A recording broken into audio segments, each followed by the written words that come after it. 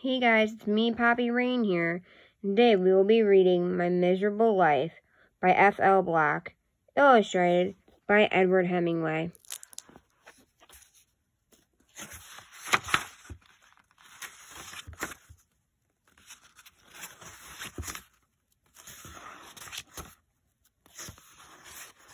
September. About Me Questionnaire by Ben Hunter. I'm a person who is happy when I have friends. I'm a person who is sad when I lose. My favorite color is red. My favorite sport is baseball. My favorite team is the Darters. My favorite holiday is Halloween, except when my mom, aka the Halloween fairy, steals my candy. My favorite animal is Moki Lad. He is part wiener dog, but looks part monkey. Tail. Rabbit. Feet. He hops with his back legs. And Rastafarian ears. He is my favorite except when he is possessed by a demon, and when he steals meat off people's tables. I am trying to teach him to behave better, but he doesn't listen very well. I live in a place called Filmland, California, where movies are made. As you can tell by the name, our neighborhood is very safe, but my mom still won't let me ride my bike by myself. I'm a person who likes sports, running fast, and sugar. I'm a person who dislikes too healthy food, stinky sunscreen that my mom forces me to wear, and bullies. My family is special to me because they love me, even though they are annoying. My friends are special to me because they are there for me. Actually, I'm still looking for friends. Dear Ben, I have a feeling you will make some nice friends in 5th grade. I look forward to getting to know you better. I am also a Darters fan. Go Darters! And I love sugar. Maybe I'll make some cupcakes for the class soon. Your dog sounds funny. My cat's pajamas, or PJ for short, is part dog, part rat, and part rabbit too. Sincerely, Miss Washington. Chapter 1. Miserable. Even though I have a mom who worries too much, a 12-year-old sister who never stops texting, a dog named Monkey Lad who runs away and steals meat off neighbors' tables, I really thought things were going to be better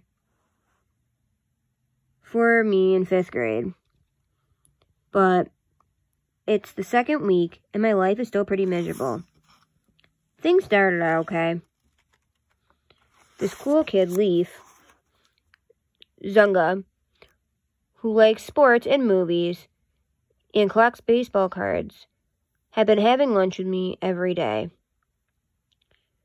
My mom packed me the usual almond butter and organic fruit juice sweetened jam on a whole wheat bread sandwich, fresh fruit, carrots, and dried seaweed. Leaf took one look at it, said, "Aw, man," and shared his chips and cookies with me, which was awesome. Then we played handball at recess, and even planned sometimes to hang out on weekends. I have a teacher named Miss Washington, who's supposed to be the nicest teacher in the school, and she sure seems that way so far. I got A's on my spelling and math tests. Serena Pearl from kindergarten and 1st, 2nd, 3rd, and 4th grades is in my class again. Sometimes I stare at the back of her head because she has this perfectly straight part, and I wonder how she or her mother gets it that way every single day. Her hair, which is the same gold color as her skin, must be pretty long when she takes out the braids. Serena Pearl even smiled at me a few times. She has dimples. At home, my sister, Angelina, was still texting. Monkey Lad was trying to escape. Mom was still being excessively safe. But things were good at school with Miss Washington, Lee Zunga, and Serena Pearl. Then, at the end of the second week, everything changed. A new kid came into the classroom. He was a pipsqueak with hair like that singer my sister loves, Dustin Pieper. I recognized him from summer camp.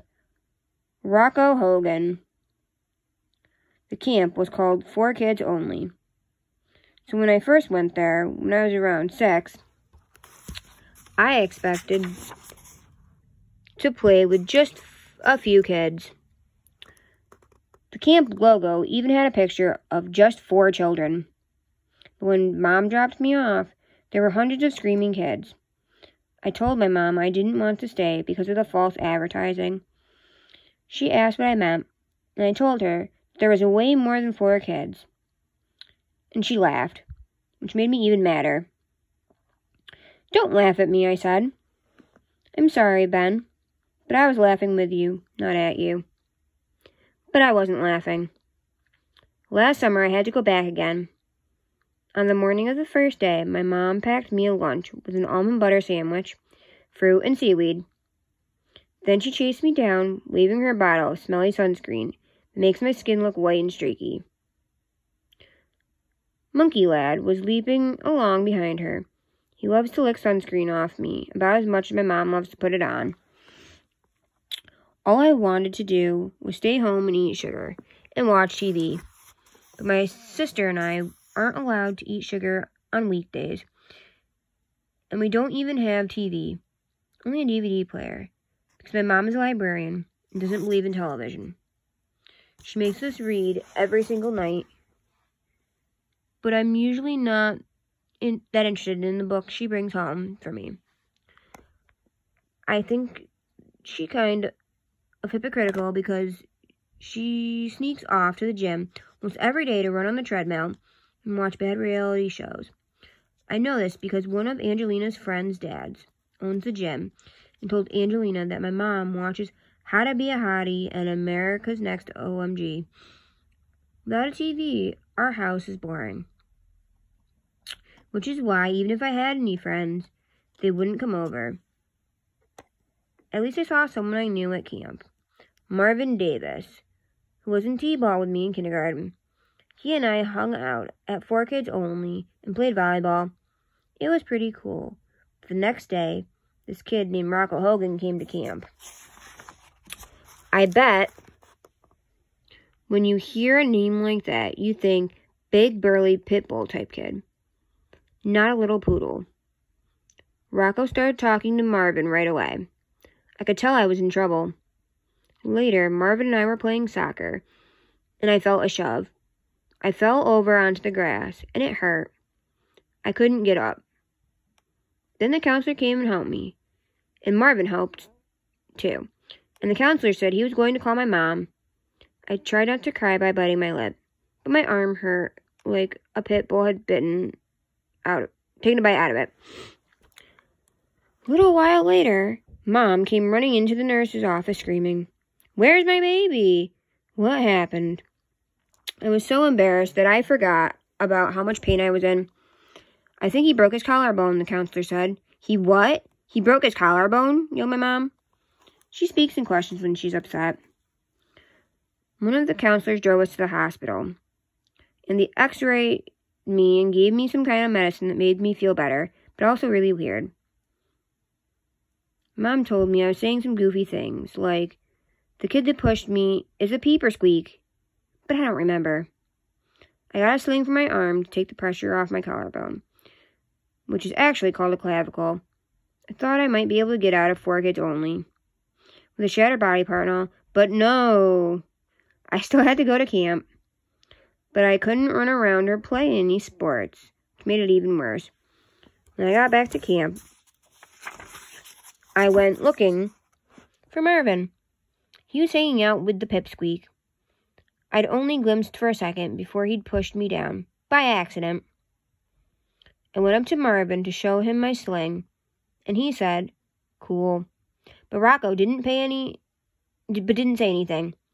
He tossed his hair like Dustin Pieper and looked away and started humming to himself. Then he said to Marvin, "Come on, let's play handball." Marvin said, "Do you want to play, Ben?" But Rocco said, "He can't. He broke his arm and his bones are fragile." "Collarbone," I said. I would have said clavicle, but I didn't want to sound like a nerd. "And you actually broke it, Pipsqueak?" They went off to play. I sat on a bench by myself. At lunchtime, I went to eat with Marvin, but there was Rocco again. I sat with them, and Marvin talked to me, but Rocco didn't say anything. I got up to go to the bathroom, and when I came back, my lunch was gone. I hate my miserable lunches, but I had to eat something. I asked Marvin if he had seen my lunch, and he said no. He had gone to throw his away. When he got back, mine wasn't there. I looked at Rocco. He wouldn't look me in the eyes. He tossed his hair like Dustin Pieper and turned away.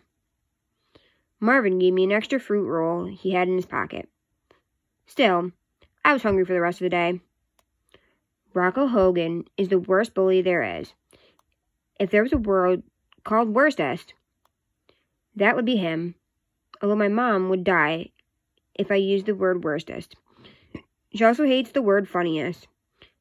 And when people say, "A whole nother thing," "Is there such a thing as the word nother?" she would say, "What is that?" All summer, Rocco was the bane of my existence. My mom would say, "Good use of the word bane, Ben."